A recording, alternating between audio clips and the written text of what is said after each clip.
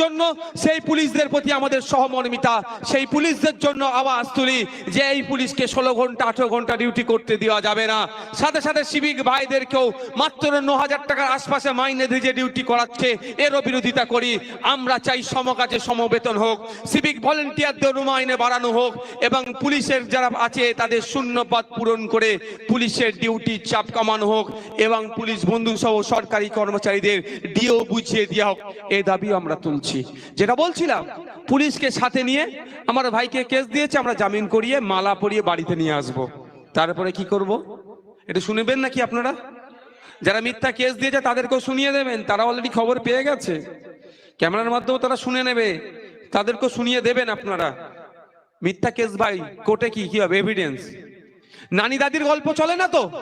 ও ঠাকুরমা ওটা বলেছিল, দাদি ওটা বলেছিল, দাদু ওটা বলেছিল, বড় চাচা এটা বলেছিল, জ্যাঠা ওটা বলেছিল, ওসব কোর্টে চলে না। তোমার ঘরে চলবে, খুব বেশি হলে থানাগুলোকে পার্টি অফিস করেছো ওখানে চালাতে পারো, কোর্টে ওগুলো চলে না। কোর্টে কি চলে? এভিডেন্স।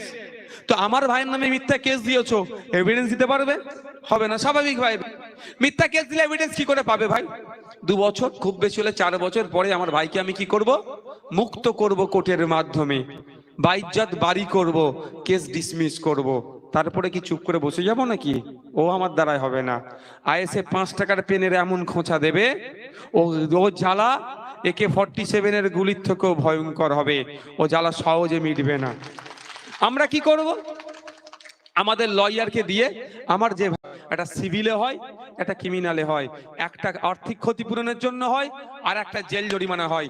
সময়ে অ্যাডভোকেটদের সাথে কথা বলে তার নামে মামলা ঠুকবো। এখন যারা আমাদের নামে মিথ্যা কেস দিয়ে, আমাদের ভাইদের নামে মিথ্যা কেস দিয়ে জামিন করিয়েছে কেউ বাড়িতে বাইরে থেকে, যাদেরকে জেল খাটিয়েছে, প্রস্তুত থাকো, আগামী দিন আসছে আমরা তোমার নামে মানহানি মামলা ঠুকবো। জেল খাটবে কি টাকা কোর্ট যেটা নির্ধারিত করবে সেটা দিয়ে হবে, তার জন্য এখন থেকে প্রস্তুত নিয়ে নাও। তখন কোনো দাদা দিদি তোমার পাশে আর থাকবে না। যদি মনে করে দাদা দিদি থাকবে, একটু স্মরণ করিয়ে দিতে চাই, অনুব্রত মণ্ডল বাঘ বাঘ করে তো খুব চিৎকার করছিল। বাঘ এখন তিহার জেলে আছে, বাঘকে বার করার জন্য কোনো পরিকল্পনা নিচ্ছে তো? ও তো একটা অঞ্চলে, এ তো অঞ্চলের একটা বুথের প্রেসিডেন্ট, হয়তো আমাকে আমার ভাইকে ডিস্টার্ব করছে। ও তো একটা জেলার প্রেসিডেন্ট ছিল উনি, ওনাকে বার করার জন্য দেখতে পাচ্ছি না কাউকে। শুধু বার করা নয়, করুণ কাহিনী শুনুন একটু। উনার মেয়ে দুঃখ করে শোনাচ্ছেন, উনার অ্যারেস্ট হয়ে যাবার 1 মাস পর্যন্ত রাজ্য স্তরের কোনো নেতা উনার পরিবারের সাথে, মেয়ের সাথে যোগাযোগ করেনি।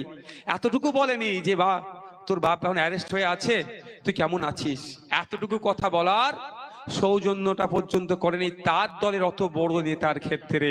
আপনার পাড়ার যারা চারানার নেতা ভাবছে দিদি দাদার কথা শুনে অনেক হয়ে যাব, তার পরিবারের উদ্দেশ্য বলছি, একটু অনুব্রত মণ্ডলকে দেখুন।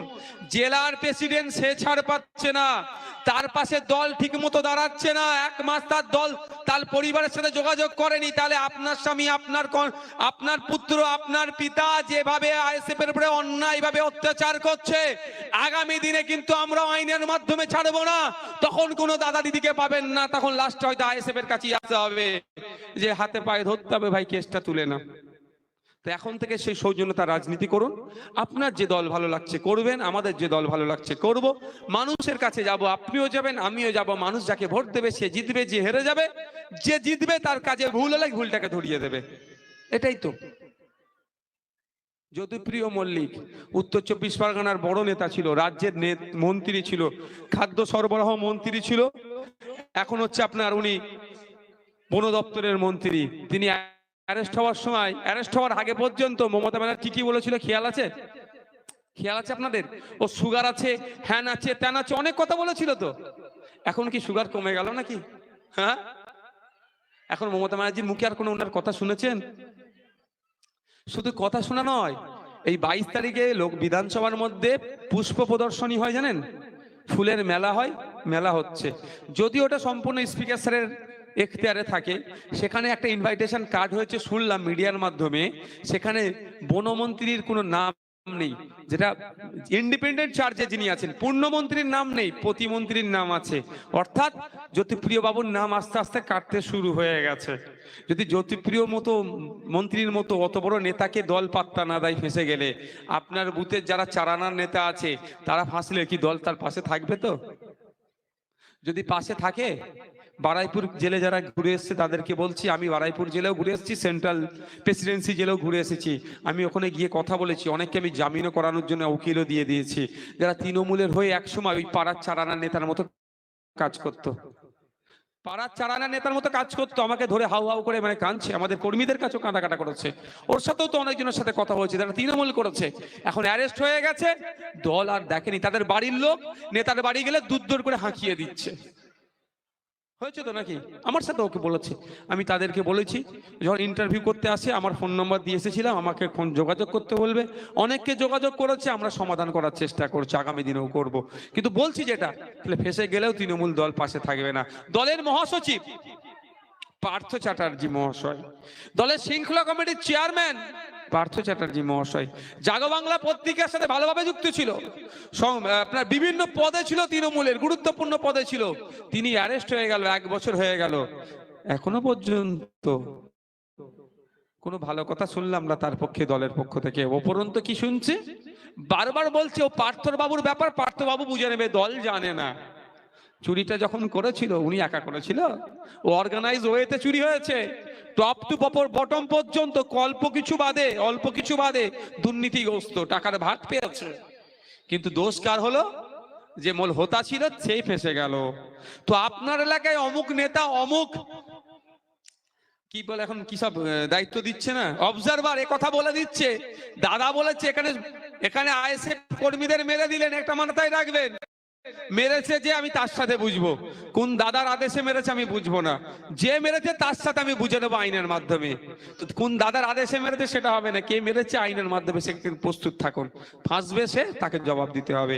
আমি প্রত্যেকের কাছে অনুরোধ করবো, আসুন সৌজন্যতার রাজনীতি করি। কি প্রয়োজন আছে নিজেদের মধ্যে মারামারি হানাহানির জন্য? কে কার ক্ষতি করছি? সকাল বিকাল উঠা বসা একসাথে করছি, এ একে অপরের সকাল হলে মুখ দেখছি, বিকাল হলে মুখ দেখছি, মারামারি হানাহানিতে জড়িয়ে পড়ছি কেন? কারা আমাদেরকে এত হিংস্র করে তুলছে? একটু দেখুন, তাদেরকে আমরা গণতান্ত্রিক প্রক্রিয়া বর্জন করি। আমি আবারও বলছি, যার যে দলটা ভালো লাগবে সে দলটা করুক, এটাই তো আমাদের ডেমোক্রেসি, এটাই তো আমাদের গণতন্ত্র, এটাই তো আমাদের সংবিধান আমাদের ক্ষমতা দিয়েছে। সংবিধানে 326 ধারায় উল্লেখ আছে, 18 বছরের ঊর্ধ্বে ভারতীয় নাগরিক হলেই সে ভোটদানের ক্ষমতা রাখে, তার অধিকার আছে। তাহলে আপনাকে যখন সংবিধান অধিকার দিয়েছে আপনি দিন না ভোটটা, কিন্তু আপনি যদি অন্যজনকে ডিস্টার্ব করেন তাহলে অধিকারকে হনন করছেন, সংবিধানের অধিকারকে হনন করলে আপনি কিন্তু দেশদ্রোহী হয়ে যাচ্ছেন। এখন আপনার সাথে দল আছে, পুলিশকে কন্ট্রোল করে রাখছে বলে আপনাকে কিছু হচ্ছে না, কালকে কিন্তু দল আপনার সাথে থাকবে না, কালকে এই দলটা থাকবে কি, কোনো অস্তিত্ব থাকবে কি, কোনো গ্যারান্টি নাই। তখন কিন্তু আমাদের মেলগুলো করা আছে, কিন্তু আমরা সেইগুলো তুলবো। ডায়েরি এখন কাজ হচ্ছে না, কাগজের ফাইল আমাদের রেডি করে রাখা আছে, ঠিক সময় বুঝে আমরা তুলবো, তখন কিন্তু আপনাকে আর কোনো পুলিশ, কোনো দাদা দিদি আপনাকে আর আইনের হাত থেকে বাঁচাতে পারবে না। তাই প্রত্যেকের কাছে অনুরোধ করছি, আসুন সৌজন্যতার রাজনীতি করি, একে অপরকে সম্মান দিয়ে রাজনীতি করি।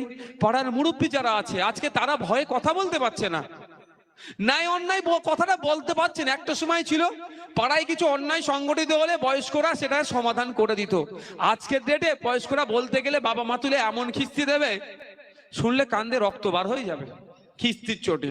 তাহলে বয়স্ক মানুষদেরকে আমরা কিভাবে অসম্মানিত করছি কেন? তারা তো আমাদের পরিবারের সন্তান, আমাদের এলাকার সন্তান, তারা তো আমাদের গুরুজন, তাদেরকে সম্মান আমরা দিচ্ছি না কেন? আমাদেরকে সেগুলোকে আবার ফিরিয়ে নিয়ে আসতে হবে। ভাই অনেক বললাম, সকলে ভালো থাকবেন, সুস্থ থাকবেন। শেষ করবার আগামী 3টে বিষয় আপনাদেরকে বলি, আর একবার সজাগ করব যে দেখুন, আমরা আমাদের অধিকার পাচ্ছি না কেন? আমরা অনেক অধিকার থেকে বঞ্চিত। এই রক্তদান শিবির করা আমাদের কাজ নয়, রক্তের যোগান দেওয়া সরকারের কাজ। আমাকে ওটা রক্তের জন্য সরকার আমার জন্য প্যাকেট নিয়ে বসে থাকবে, রক্তের প্যাকেট নিয়ে, এটা সরকারের কাজ। কারণ মৌলিক অধিকারের মধ্যে স্বাস্থ্যের অধিকারের কথা বলা আছে, স্বাস্থ্য ব্যবস্থা সরকারকে ঠিকঠাক প্রোভাইড করতে হবে। সরকার আমাকে রক্তদান শিবির করে করতে হচ্ছে, বা আমি রক্ত দামে কিনতে হচ্ছে। রক্ত 2000-3000 কেন আপনি কিনবেন? রক্ত কেনা বেচা দুটোই কিন্তু অপরাধ হয়ে যাবে। তাই আপনাদের বলবো, এগুলো আওয়াজ তুলুন, রাষ্ট্রকে বলুন, রাজ্যকে বলুন, তুমি ভোটের সময় বলছো আমার সব করে দেবে, আমার যখন রক্তের প্রয়োজন হচ্ছে আমাকে কেন 3000 টাকা দিয়ে রক্ত কিনতে হচ্ছে? এই আওয়াজটা তুলুন। আপনি অধিকার সম্পর্কে জানি না বলে আপনাকে